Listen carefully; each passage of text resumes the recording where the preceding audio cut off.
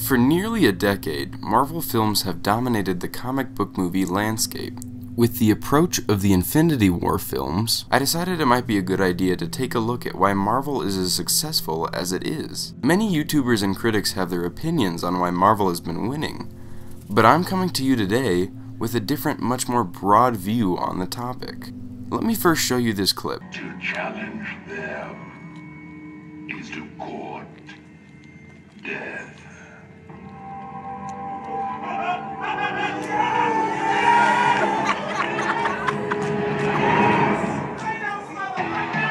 This clip, as you know, was from the end of the original Avengers movie, almost 6 years ago.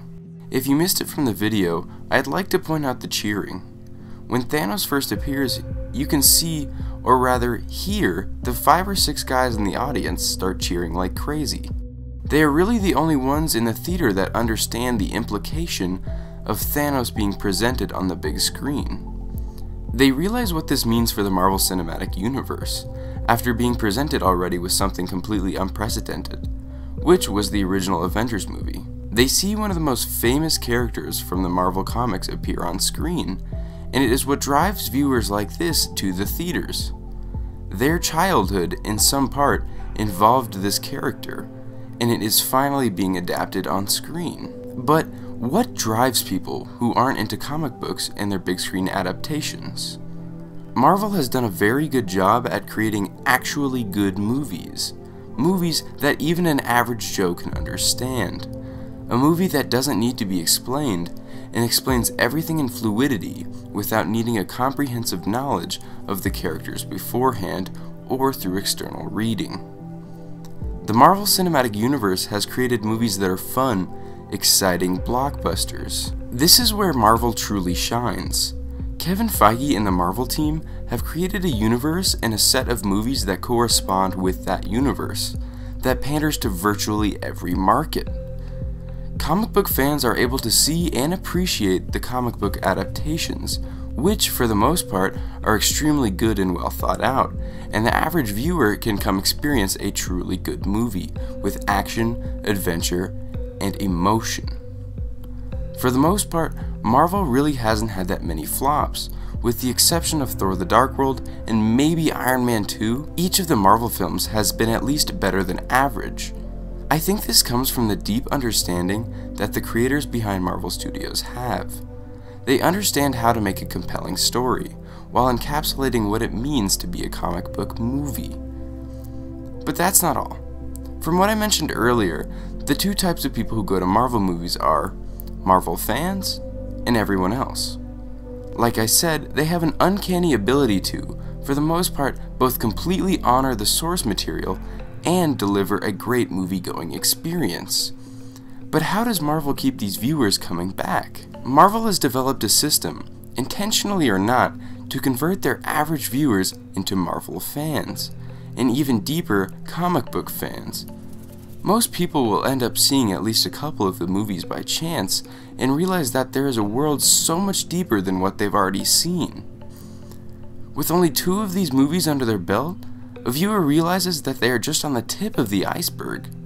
With a whopping 17 movies and 11 TV shows under their belt, the universe just keeps expanding, and average moviegoers who become interested have an entire world to play around in. They become invested in characters, worlds, and even villains, which makes them almost addicted to it. There's almost an unlimited amount of content for a viewer to divulge in. And that doesn't even include the movies or shows. Viewers start to speculate the future for themselves, much like myself, and delve deeper into the world of YouTube, becoming involved in the community.